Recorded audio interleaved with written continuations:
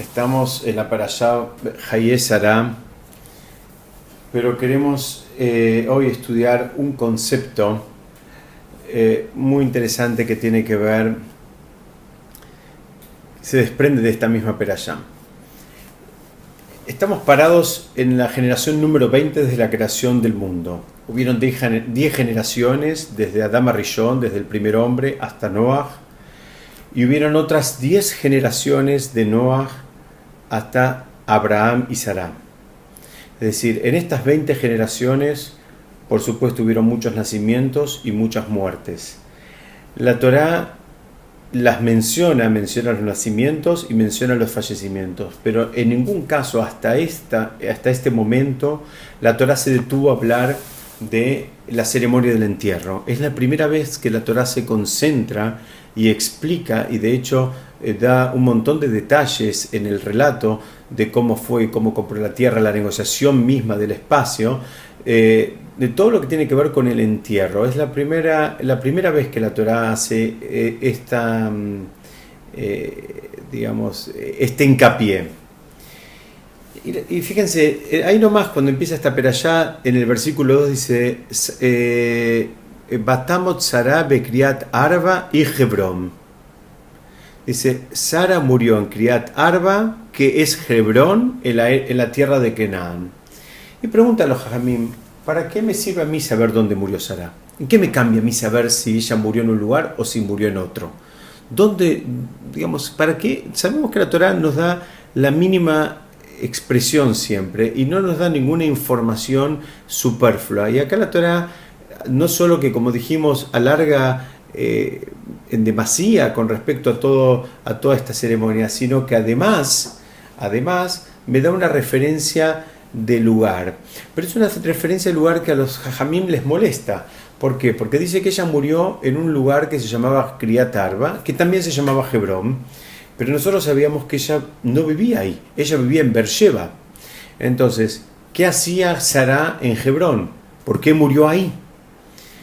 Entonces, para entender esto tenemos que buscar en un Midrash que explica que en el mismo momento que Abraham se fue a hacer la Kedat Yitzhak, el sacrificio de Yitzhak, que físicamente fue en el lugar donde después estuvo el Beit HaMikdash, al lado de donde hoy está en nuestro Kotel HaMaraví, nuestro Muro de los Lamentos, Sará se fue a Hebrón. ¿Y a qué fue Sará a Hebrón? Sará fue a comprar un campo. Sará fue a comprar la Meharat HaMachpelah. Ella la fue a comprar. Se apoyan, dicen que todo el Eshet Hail, toda esa poesía que escribió el rey Salomón y que es parte de Mishlei, son los últimos capítulos de Mishlei, y donde habla de una mujer que Zamemaz Zadeva Tikaheu, donde una persona, donde habla de esta mujer que deseó un campo y fue y lo adquirió, que se refiere a Sará. Sará se entera de este campo por un episodio que tiene que ver con Abraham. En el momento en que Abraham va a ser informado que va a tener un hijo, cuando le anuncian que va a tener un hijo, él conoce este espacio que es la Meharat HaMachpelah. Abraham, percibe la kedushá de este lugar, percibe la santidad de este lugar, se lo comenta a Sará, y Sará durante muchos años quiso adquirir este lugar, lo quiso hacer propio.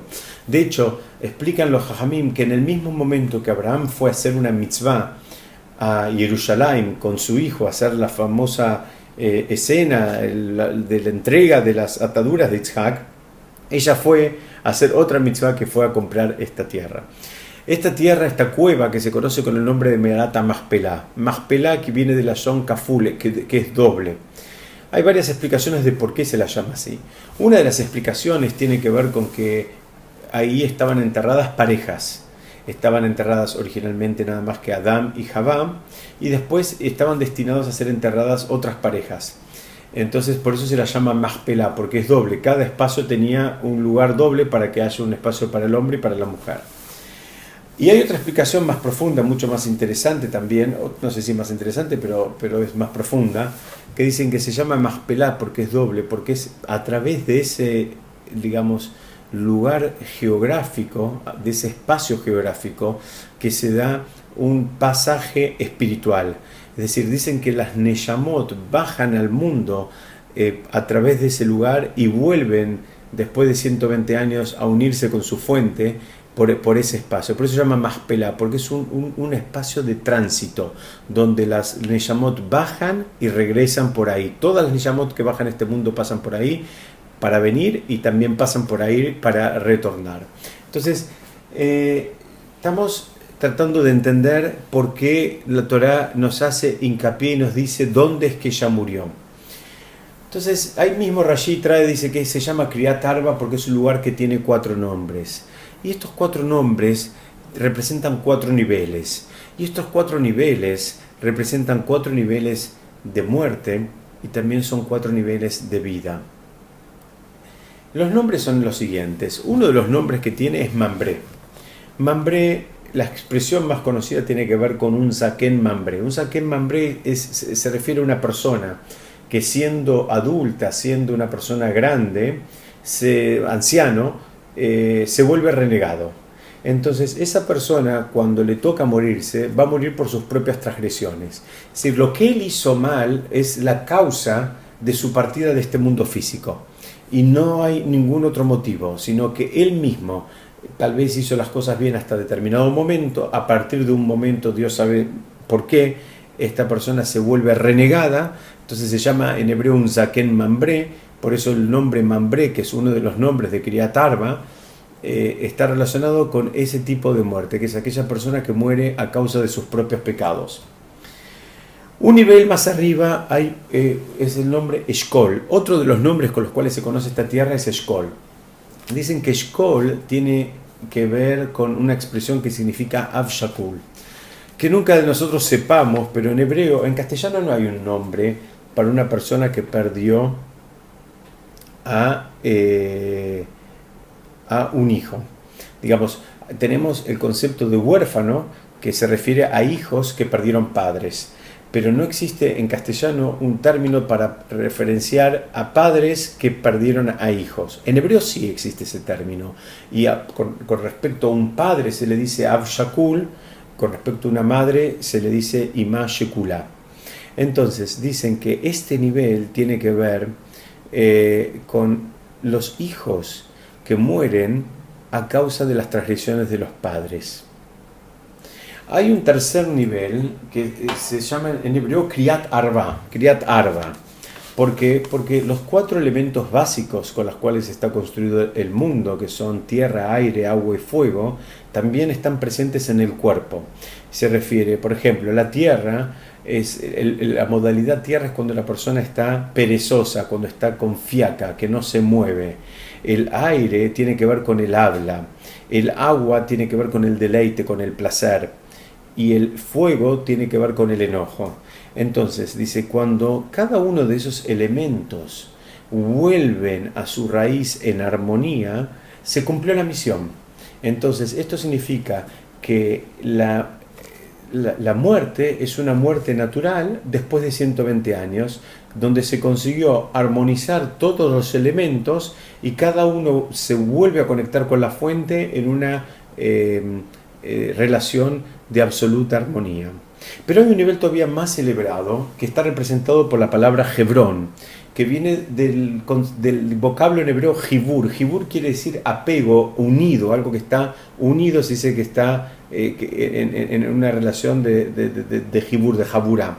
Entonces dice, cuando la Neshama consigue apegarse a la Kedusham, ahí ya sí decimos que hay un nivel digamos que el más elevado de estos 4 que estamos mencionando, y que tiene que ver con que la Neshama ya no solo consiguió armonizar los elementos que integraban su cuerpo, sino que alcanzó un nivel de apego con Hashem. Son 2 niveles bien distintos, y los 2 niveles marcan una diferencia importante.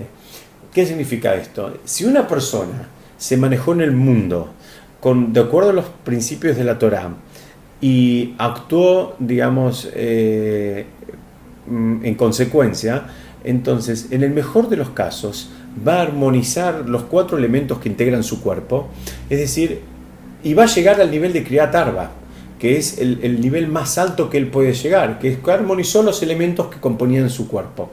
Ahora, para llegar al nivel de Hebrón hace falta un trabajo extra, que es pretender alcanzar un nivel de apego con Hashem. Eso es otro nivel. Es la persona que, además de cumplir la Torah o las mitzvot, desea apegarse al Creador y hace todo lo posible digamos, para fomentar ese vínculo de apego. Entonces, ahí estamos empezando a entender por qué la Torah nos dice que Sará murió en Criat Arba y Hebrón. Nos da dos referencias de lugares, nos dice que uno es el otro. ¿Por qué? Porque ella consiguió hacer estas dos cosas, estos dos desafíos. Por un lado, Sará consiguió armonizar los 4 elementos básicos y devolverlos, digamos, en armonía a su fuente, y por el otro lado consiguió un nivel de apego con el Creador importante, absoluto, que la embistió de un nivel de Kedushá que le permitió llegar a ese nivel que se llama Hebrón a partir de que consiguió ese apego. Entonces, para entender esto, el Ben Ish Hai nos trae un ejemplo, y él dice así. Él dice, una persona le trae a la esposa una gallina y le dice, mira, la trae el domingo, le dice, guardala, que el viernes va a venir un matarife, una persona que hace la matanza ritual, y si Dios quiere la vamos a comer para el próximo Shabbat. La persona guarda la gallina en un cuarto que tiene ahí, y cuando llega el próximo Shabbat y viene el matarife, abren el cuartito y se dan cuenta que la gallina estaba muerta. Entonces la mujer se angustia mucho, el hombre le dice, no, mira, no te hagas problema, la semana que viene te voy a comprar otra, no te pongas triste. La mujer le dice, no, mira, no me compres otra, porque lo más probable es que pase lo mismo, que me olvide, no me dé cuenta, y esta gallina también se vuelva, la nueva gallina que me vas a traer también se va a morir. Entonces él dice, no, mira, vamos a hacer una cosa, te voy a traer, en este caso te voy a traer un gallo, no una gallina. Te voy a traer un gallo que en tanto y en cuanto cacarea, vas a tener registro de su presencia y no te vas a olvidar de alimentarlo o digamos, de darle agua o darle comida, sino que vas a notar su presencia. El Mishai dice, mira, el gallo representa el cuerpo. El cuerpo, sobre las necesidades del cuerpo todos tenemos registros. El cuerpo permanentemente nos va informando lo que necesita. Necesita agua, necesita descansar, necesita alimento, necesita vacacionar, necesita dormir. Los registros del cuerpo los tenemos todos mucho más a flor de piel. ¿Por qué? Porque el cuerpo cacarea, sería el equivalente al gallo. En cambio, la gallina representa la Neshama. Y la Neshama está silenciosa, la Neshama no habla. Para poder comunicarnos con la Neshama tenemos que hacer un trabajo todavía más elevado. ¿Por qué? Porque con la Neshama no nos comunicamos a través de los sentidos. Los 5 sentidos, en el mejor de los casos, nos sirven para tener información del cuerpo, pero para tener información de la Neshama debemos trabajar y refinar los sentidos. Los sentidos, así como vienen de fábrica, en el mejor de los casos nos dan información material, pero no nos dan nunca información espiritual. Ahora nosotros, a través del trabajo con Torah y Mitzvot, debemos refinar a los sentidos como para que también los sentidos nos den información espiritual y sepamos qué es lo que siente, qué es lo que necesita la Neshama en cada momento y momento. Entonces ese es el desafío y ese es el planteo que hace esta perashá cuando nos hace estas referencias aparentemente a espacios geográficos. En definitiva, la Torá no está haciendo otra cosa que darnos referencias a espacios espirituales que habían alcanzado estos gigantes que son nuestros patriarcas. La Torá en general, cuando habla de seres que son excelentes para el lado positivo o Hasbe Shalom excelentes para el lado negativo. La Torá no se ocupa de los mediocres. La Torá siempre se ocupa de aquellos de los cuales realmente podemos aprender. Podemos aprender de la gente que es sumamente bondadosa y podemos aprender de la gente que es sumamente mala o sumamente cruel. La Torá de los mediocres, de las medias tintas, prácticamente no le dedica versículos a eso. La Torá acá nos está dando una referencia que no la debemos entender como una referencia geográfica únicamente. Nos está dando una referencia espiritual. espiritual. Nos está diciendo cómo vivió esta mujer y nos está diciendo cómo murió esta mujer. Porque en definitiva, por más fantasías que tengamos, nadie muere de una manera distinta a la que vivió. No hay manera de morir como un tzadik si uno no vivió como un tzadik. No existe eso. Muchas veces tratamos de convencernos, y especialmente ante la pérdida de un ser querido, que exageramos sus cualidades de manera de hacerlo quedar como un tzadik. Bueno, la realidad de las cosas es que eso tal vez consigue convencernos a nosotros, pero no es algo honesto y no es así como funciona. La realidad es que de la misma manera en que la persona vivió, es la forma en que la persona va a terminar muriendo. Y la Torá lo que nos estaba diciendo es que ella murió en Criat Arba, que es Hebrón. Ella consiguió armonizar estos 4 elementos, la tierra, el aire, el agua y el fuego, y además consiguió apegarse a Shem. De esa manera entendemos por qué la Torá da estas 2 referencias. Avanzando un paso más todavía, porque la perashá se llama Hayé Sará, y es una pregunta clásica: ¿por qué se llama Hayé Sará? ¿Por qué se llama la vida de Sará? Si está en definitiva ahí nomás al principio de la perashá relatando la muerte de Sará. Entonces, para entender esto, debemos entender una idea que es muy importante, que está muy presente en muchos libros de Musar, entre ellos en Mishlé. En muchos lugares se refiere a los malvados como muertos. La idea que hay atrás de esto es que los vivos, en realidad, y los muertos no tienen que ver con lo que nosotros vemos física o materialmente. Puede ser que nosotros estemos interactuando con una persona que esté clínicamente viva, que sea una persona que compre, venda, se mude, viaje, cambie el auto y haga todas las acciones en el mundo material que nosotros conozcamos, pero esa persona, en tanto y en cuanto no tiene una conexión espiritual, desde el punto de vista espiritual se la considera muerta. Es decir, y a su vez, vamos a encontrar en el caso de una persona que tal vez ya partió de este mundo, pero a nivel, digamos, espiritual se la sigue considerando viva. ¿Por qué? Porque esas personas que vivieron una vida en plenitud de acuerdo a los principios eternos de la Torá, aún después de haber pasado por este mundo terrenal, las seguimos considerando vivas. Entonces, el concepto de alguien que está vivo y alguien que está muerto no es el concepto clínico, sino que lo medimos en términos de conexión espiritual. Si una persona no tiene una conexión espiritual, no hay manera que esa persona se llame viva, que está viva.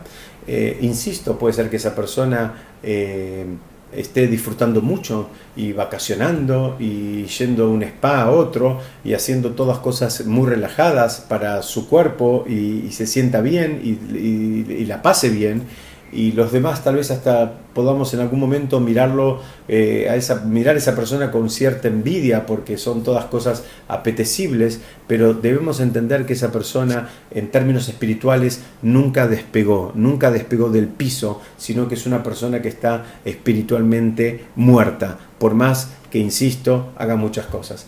Mientras les estoy contando esto, me estoy acordando de una anécdota que la escuché en el lugar donde se produjo. Ustedes saben que antes de la creación del Estado de Israel existía lo que llamaba la agencia judía, la Sochnut Yehudit. La agencia judía, inmediatamente antes de la creación del Estado de Israel, estaba presidida por David Ben Gurión. David Ben Gurión ya se sabía que se iba a declarar el Estado de Israel, ya era algo medio inminente, y en un momento es recibido en el edificio que está en la calle de Keren Hayesod. Mejor dicho, no es que recibió, él recibe, siendo presidente de la agencia judía y ya como futuro, digamos, primer ministro del Estado de Israel, que iba a ser creado en cualquier momento, recibe una delegación de beduinos. Beduinos, como todos sabemos, son esa gente que vive en carpas, ahora bastante más sofisticadas y con bastante más equipamiento, pero en ese momento eran carpas, literalmente carpas, y que estaban asentados en distintos lugares, especialmente en el sur de la tierra de Israel, en el marco del desierto, pero también en zonas así cercanas a Jerusalén. Ahí nomás, cuando uno sale de Jerusalén, aún hoy ve asentamientos beduinos. Entonces los beduinos lo vinieron a visitar a Ben Gurión, a su oficina, y para pasar por su oficina, para llegar a su oficina, pasaron por un patecito donde vieron una canilla de donde salía agua. Y los beduinos quedaron fascinados. Entonces Ben Gurión les pregunta por qué tanta fascinación, y ellos le explican que nunca habían visto una canilla.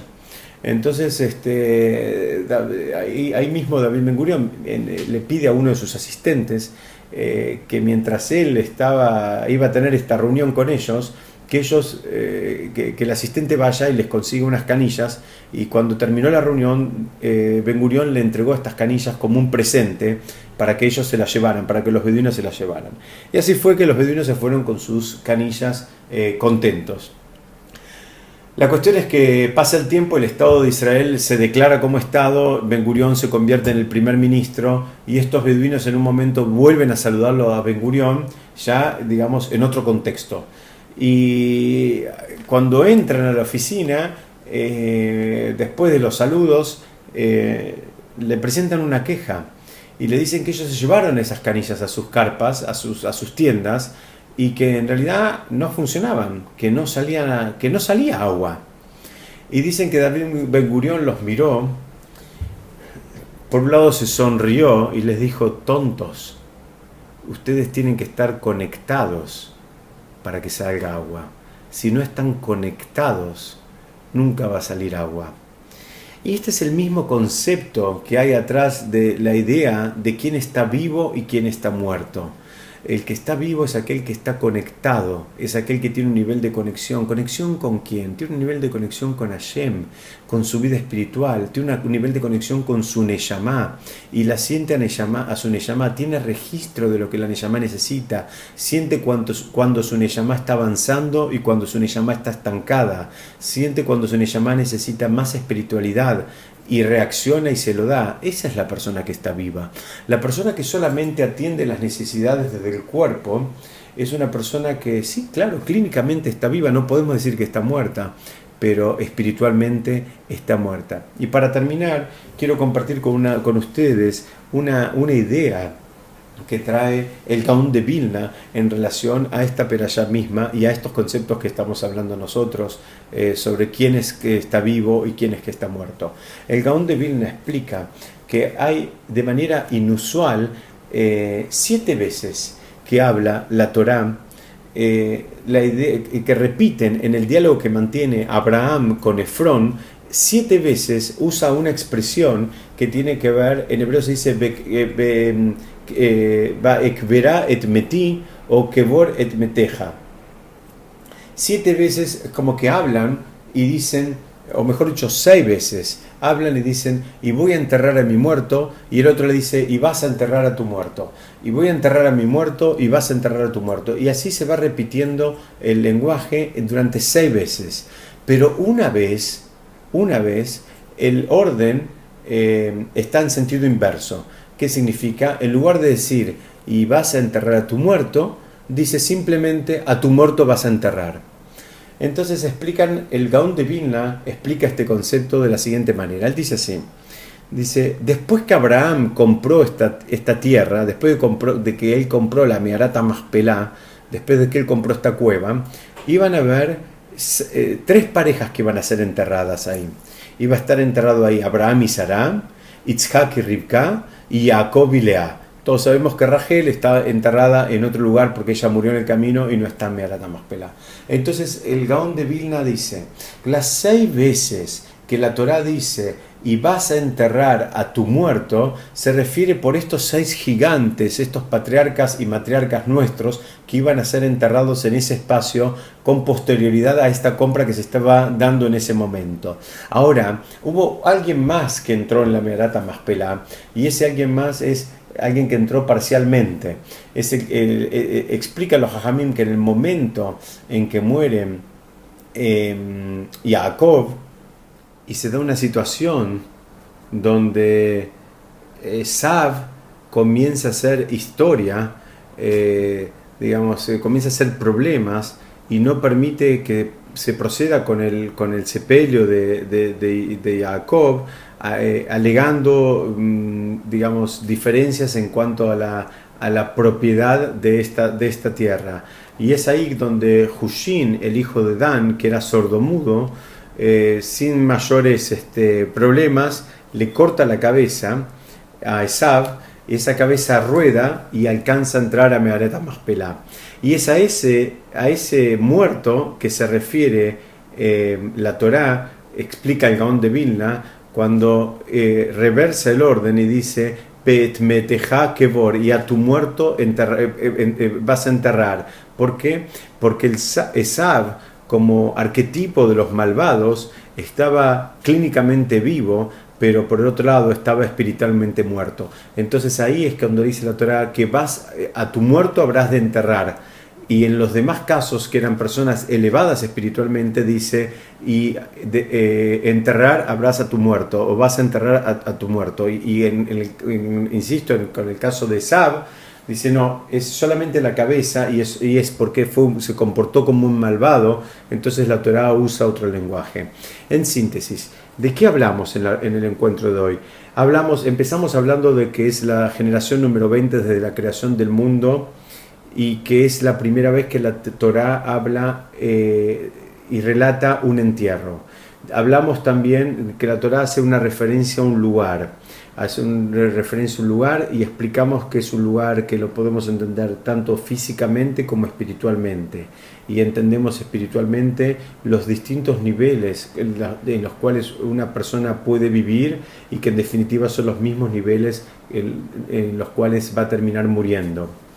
Abraham compra una tierra que de hecho ya la había comprado su esposa cuando él fue a cumplir la mitzvah de Akedat Yitzhak. Ella fue a cumplir, digamos, su deseo de comprar una tierra que sabía que tenía una conexión espiritual importante, que tenía una fuerza espiritual importante, y ella va y la compra. Y ahí ahora entendemos por qué al principio del diálogo entre Abraham y Efrón, cuando Abraham le dice que quiere comprar la tierra, Efrón le dice, pero yo la tierra ya te la di. ¿Cómo? ¿A quién se la había dado? Claro, se la había dado a Sará el día anterior.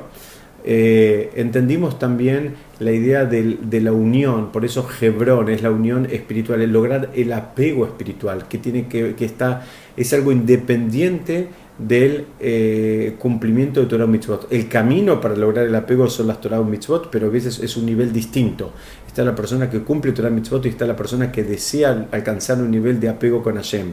Hablamos de que hay los niveles, y con el nivel, digamos, de Torah y Mitzvot solamente, sin el nivel de apego, se puede llegar hasta Kriyat Arba, no se puede llegar a Hebrón.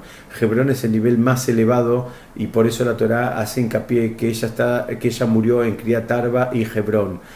Nos da dos referencias. Explicamos que no eran referencias geográficas solamente, sino que eran referencias espirituales.